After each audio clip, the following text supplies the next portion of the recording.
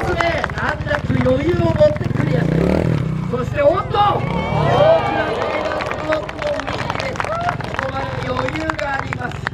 そしてここから1つ目のボックス、ピタリと止まるのもテクニック。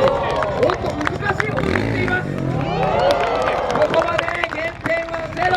さあそして小林直樹がまさかのクリアをしたので、おそらく見せてくれます。これにはみんなの拍手。やはりこの男のリカバリー、おっと素晴らしいです。余裕が違います。見事減点はゼロ。そしてまだ終わろうとしません。まだ続いています。